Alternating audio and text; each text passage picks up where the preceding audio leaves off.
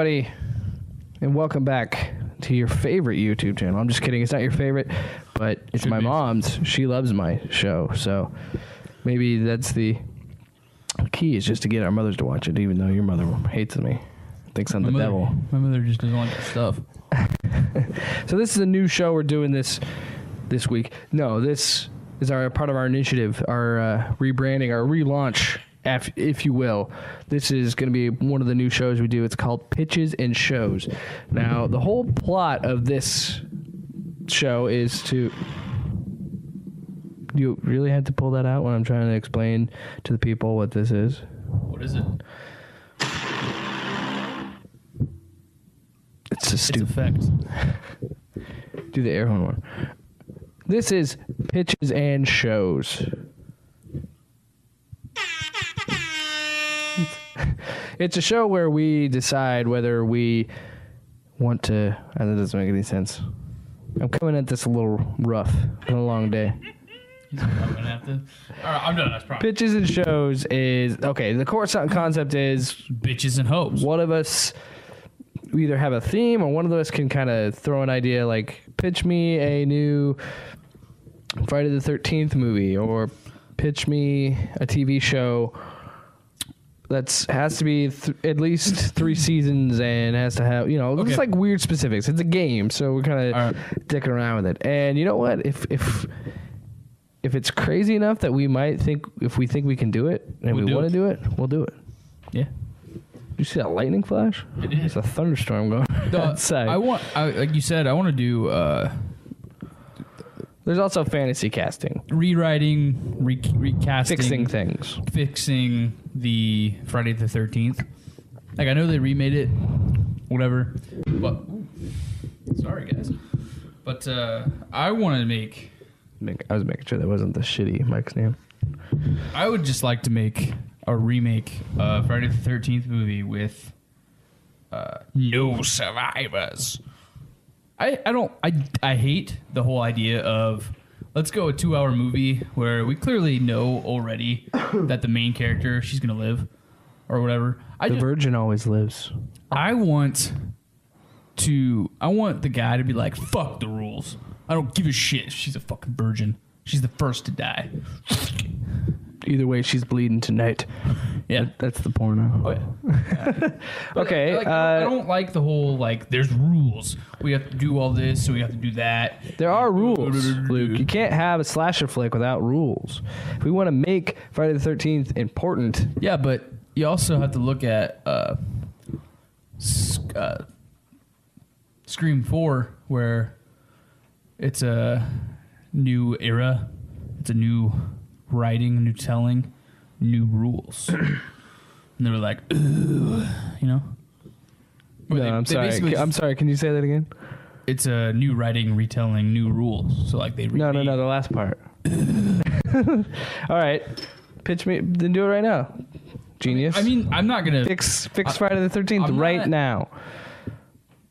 I think that we don't necessarily need to fix it. I think we need to go with, Friday the 13th 2, where we actually see Jason for the first time. He's in a bag. He doesn't even wear the hockey mask until the 3rd movie. Yeah. Fun facts. I mean, I like that essence of we don't actually get to see or know who he particularly is. He's not come full circle yet. Yeah. And I like that intro type stuff. Non-linear Quentin Tarantino. Yeah, that'd be cool. But you can really put non-linear in any franchise. That's very true. But I reboot it that way. I like the fact that you're always guessing, you're always questioning the existence of this fucking whatever. Okay. And I don't like how every scary movie is pretty much played out already before it even happens, because they always establish for any movie, it's the set 5. Here's the 5 main guys. There's the jock and the cheerleader. There's the jock's best friend. It's Cabin in the Woods, what they did with that. Where it's the same. And that's why that movie's so great, is how perfect it is at,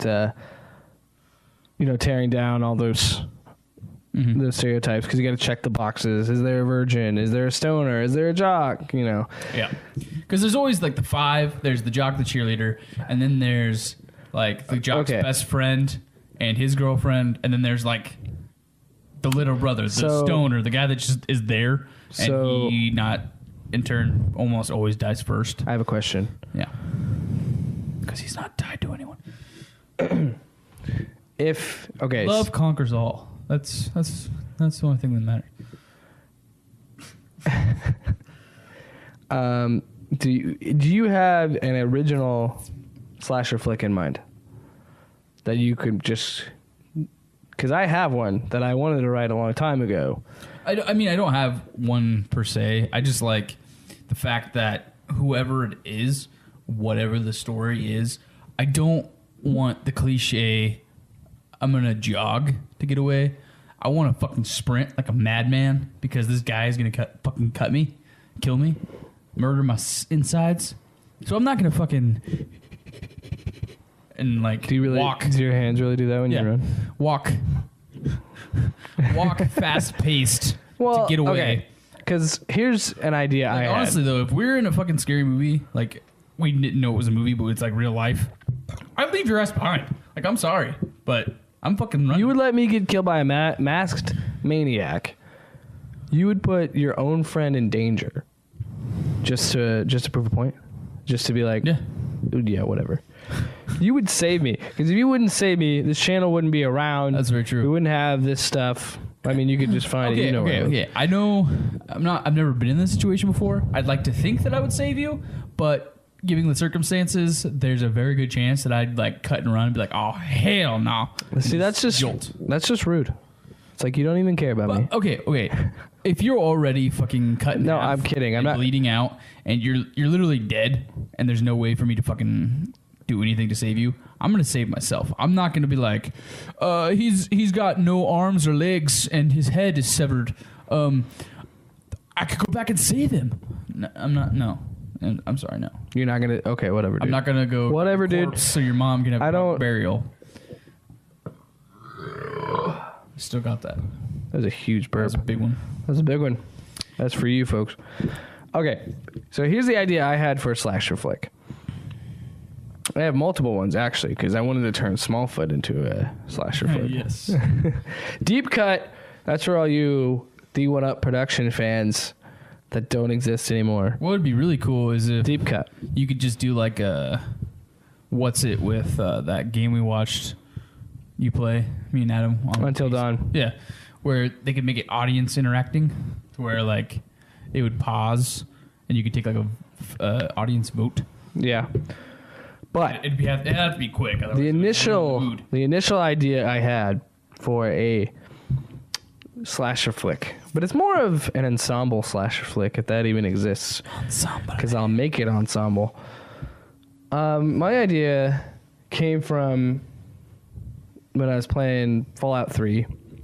Tommy actually found this location before I did, and he said that you need to check it out. Well, no, Austin Ehlers from high school. Shout out to Austin. He actually found it before I did, which is always funny because like Fallout 3 was my game. Like everybody came to me because I had this big fucking strategy guide like that thick, and I'd played the game so much that I had known like all these secrets and stuff. So everybody was coming to me for tips and tricks. I was like their FAQ, a human FAQ. What? Because that's how much because I had so much time to play video games and I was not getting laid.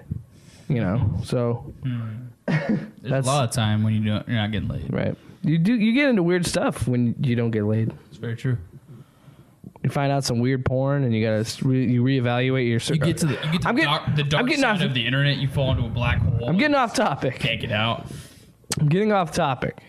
So yeah, Fallout 3. There's this town called Andel on the southern edge of the map. Not quite at the very edge, but like in the middle. This is for people that still play Fallout 3. I know they exist. It's on Xbox One, you know, backwards compatible. I'm running out of breath. So you go down and you find this town, and it's this really happy, nice town. The guy greets you, and he's very nice to you, and, oh, come on in, have a great time. You know, there's just some rules. Don't go don't go to my basement or the shed or anything like that. So right there, it's like the game is blatantly telling you, go check those places out because this is going to be a quest. Because then like... A quest for greatness. Well, then you go around and everybody's super nice still. And then you meet this old guy. This old guy's like, what are you doing here, man? You got to get out of here. This is fucked up. And he pretty much tells you there's a reason why when we have new visitors, they don't stay. They don't, whatever. So, again, Gleam is blatantly telling you, go look at this stuff. Figure out who these people really are. So then if you actually go into the basement of the guy that greeted There's you. a cooler with all of his ex-girlfriends in it. It's human remains. Like, they're hanging from the ceiling. There's, like, an operating table. There's like a body there. And then there's some strange meat in the fridge. Human meat. But yeah, Worms. So they lure people in with their politeness, and then they kill them and eat them. And I thought to myself, wouldn't that be a cool concept stretched out over a horror movie? Well, that would be like a Wrong Turn. Yes, it'd be mixing Wrong Turn, but they're not hillbillies. They're like, the idea was to go, like Lake Wakanda. Yeah. That's my idea. Oh, okay, cool. So it's like a beach. So it's like it's a lake house community lakefront of like rich white people, and because that's usually who live there. Yeah. And they kind of sell it as like a tourist location. It's kind of like a vacation place. Like you want people to come there, and they come there for a weekend. So happy you'll never leave. Right. And then it turns out they're cannibals, so they're not hillbillies. Hillbilly. And it's a group of friends. So it's Wrong Turn meets Stepford Wes. Yes, in a way. Because it's... And yeah, so then the story is the main character's finding out that they eat people, and like they get no cell reception there, obviously. Like you could play with some cliche things there to why they're still there. But then I started coming up with ideas to make it. But see, my idea, it was less of a straight horror movie and a horror comedy. Like it has the slapstick Evil Dead kind of humor. Like there was a scene that I wrote in my head where there was like this field, like this nice field or whatever, and the guy runs out because they'd been trapped, and they escaped and they run out. Or it could be a girl, could be a guy, whatever. I don't know if it'd be one or two people, but they get out and they're running to like this tall grass field, this like nice beautiful field. But then behind them is this like maniac Leatherface looking motherfucker coming at him with a chainsaw. And I thought it'd be really cool if somehow they found a gun or something. And my idea was, I'll get a better shot. So the big killer, like he's not the main killer. Like these are families of. So I thought it'd be cool to do an ensemble thing. So you give every family a certain characteristic. As long as you have the scene going, you make it super comical. And it's like daytime, and there's like the dandelions floating. Right. Well, and you hear that, in like that the background, like Tiny Tim, like tiptoe through the tulips. Well, it's like the visual was it's a very beautiful shot, and then you see like this person just like panicking and running. Like, that'd be and then you just see the killer like he's just like, ha! I'm crazy killer guy, So then he's like running at her, but where she was from in like the cellar or wherever they had her held up, she found a gun, so she has a gun. And when he's coming at her like this, now bear with me because this is going to defy all laws of physics, but it's going to be fucking cool. So he's running at her like this, holding the chainsaw up like this, right? She shoots it, like her pinpoint shot. She shoots it.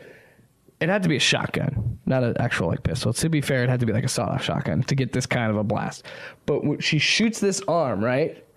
Shoots it with like such force that it would flip.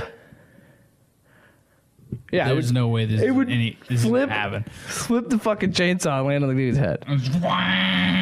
I know that would make no sense and be illogical, but wouldn't that be kind of badass? It'd be super cool, but it would never happen. It makes no sense. It defies laws.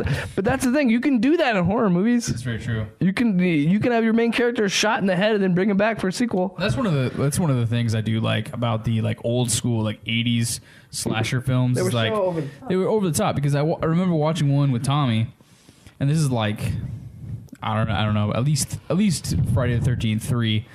Because he's got the hockey mask, and these two people, this couple is banging in the woods, and He gets up. He's like, "Go! I gotta go take a leak," because as you do after you nut. He goes over a tree and he starts pissing in the tree, and then she's laying there, and Jason fucking comes out of nowhere with these fucking hedge clippers and just lops her head off. Yes. Like what? But that's what I'm saying. Like that would be the element of my movie, and just guess what the title is. I'll give you 2 guesses. You're never gonna. Another Day in Paradise. No. Is that one of your guesses? Paradise City. No. Take Me Down. Lay me down. No. Meat. Meat. It's just called Meat. No, we posed the question to you, folks. I would call it Pleasantville. Help me out. Help me pitch. Help me make this movie. Help me pitch this movie. So the main plot line: they're going to this lakefront house of community of rich people. So it's like country club-esque. Yes, like snobs, and they're going there for a weekend. So it's like better yet, it's like it could be like a bunch of doctors and like lawyers, like smart people. Okay, so basically it's like a vacation spot where they have a country club. It's like you've seen Dirty Dancing, right? Yeah. So it's that. Okay. Like when they like the doctor and them, they go to that place. That's what it is. And then, but they're fucking cannibals. The cannibals got one of the main characters in a corner, and it's like nobody puts baby in a corner. We'll see how it looks in post. Oh man. They teach the cannibals how to dance. Or you could totally like play on that gun. In the sequel, Meat 2 is now they turn into zombies, so now it's justified that they're cannibals. No, I was gonna say like the whole scene you said about them finding a gun.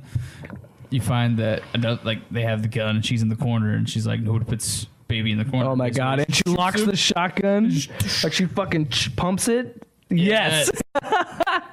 We're basically just making fucking Dirty Dancing with zombies. Dirty Dancing. Rewrite. Dirty Dancing. Dirty Dancing meets Wrong Turn. Zombie Dancing meets what was the other? Stepford Wives. Yeah. Dirty Dancing. Dude, now I want I'm glad I pitched this to you and told you about this because I really want to make this stupid fucking movie because wouldn't it be fun? Like how stupid you could go with it. Like I want the deaths and the kills to be over the top, and at the same time, I want the victims, like the people that come there, I want them to hold their own too. I want them to kill. Because this is so pointless. I want to balance it out. Fucked. They literally just get fucked when they're getting chased. Well, by I want dudes. them to be. Like, there's no point. Like, I want them to be totally one-sided. I want them to be fucked. Like I want them to have serious bad situations, but they're smart enough to figure it out. As long as and there's still people that die along the way. As long as nobody gets out alive, like they all die. Oh, I was gonna kill everybody. Thank you. No. You want to hear my ending? I'm sorry, I went back on that. Okay. But I think you'll like this change. Initially, I was going to kill everybody, but I think the main character should be walking down the road, trying to get back to civilization, down the road by herself. So basically, or by himself. They finally get out. They're finally far away enough to be like, yeah, I got a comfortable distance away. I'm out. I'm alive. And she's just covered in blood, and it's just horrible, and it's just like the sun's coming up. Out of nowhere. No. She slowly slips into frame a finger, like she's eating it, because she got so warped that she did it too. Do that. And then boom, Meat 2. That's a full-on slap. Me too. It's worldly. Like she starts the epidemic of like the new craze of human flesh. Zombies. Yeah. No. Yeah. But okay, so she like makes dinner for her in this movie, Meat. And in this movie, Meat. Start eating human meat. And he's like, dude, this is fucking good shit. And should there be a lot of sex? Philadelphia episode. Should there be a lot of sex? As long as there's one scene where one of the guys that's visiting has to die. Yeah, he's visiting. He's no. They go in and there's only 2 of them that are dating, and then the rest of them are like, you know, just there to have like spring break type shit. And one of the guys is hammered and he's about to get laid, and she goes down on him and just bites it off. Fuck. And then she just eats him. Right then and there. Asshole to mouth. It would surprise you the order. I mean, She eats ass. Ass, mouth, vagina. Dude, that'd be rough. In that order. I don't know. That sounds a little rough. I mean, it's basically just teeth. Yeah, that's true. Or a piranha too. Piranha 3 double D. Ooh. Because she gets a piranha. I don't know. She gets a piranha in her vagina, and when she's fucking her boyfriend, the piranha somehow is still alive and bites his dick. Oh, I mean, it is pretty wet down there. Hey, lady. All right. So as we're wrapping up, which this turned into me pitching my crazy rich cannibal story. I like it. That meets Dirty Dancing. And there will be no dance. There will only be one scene of dancing, and that's like a party. Like I will not make Let's dance. I won't make like a subplot where their dancing stops them from eating people. I can save our lives with a dance. I wanted to eat him, but his moves, they're just... I don't want to put him to waste. Wow. I could get into that. All right. No. Here's the stipulations. All the kills have to be crazy over the top gory. And I want slapstick, like the thing where she shoots and it flips the chainsaw. I don't care that it doesn't make sense, Luke. I want it in my movie. Everybody's going to think that's the dumbest thing. But when you see it in action, you're going to be like, you know what? That was kind of cool. I kind of liked it. Jake was crazy enough to try something that we weren't. Right. Luke was fucking staying in the movie. The first episode of Pitches and Hoes. Pitches and Shows. Bitches and Hoes, my. All right. Pitches and Hoes. Pitches and Show. You said it too. Pitches and Shows, where we do the pitches on shows. Let us know. Like, comment, subscribe. Let us know if you want to see meat. If you like my crazy cannibalistic rich white people story, let me know. If you have an idea for us to pitch on a show, please add in the comments below. And in the next couple weeks, we're not just going to be pitching ideas that we have. We're also going to be playing games where, like, I give Luke a brief synopsis of a story. He has to give me a title. So this is going to be a very impromptu We'll reverse it show. And try it the other way. This show is going to be off the wall. It's going to be crazy. It's going to be fun. So, yeah, pitches and shows. Follow us. Peace. At 402 Films on Twitter. Kindness. Follow me at Lumberjake. Follow him at Lucas Moyer. Luke Moyer is my Twitter. Lucas Moyer is my Instagram. I made it difficult. I'm sorry. Buy Luke's art when he puts it on sale.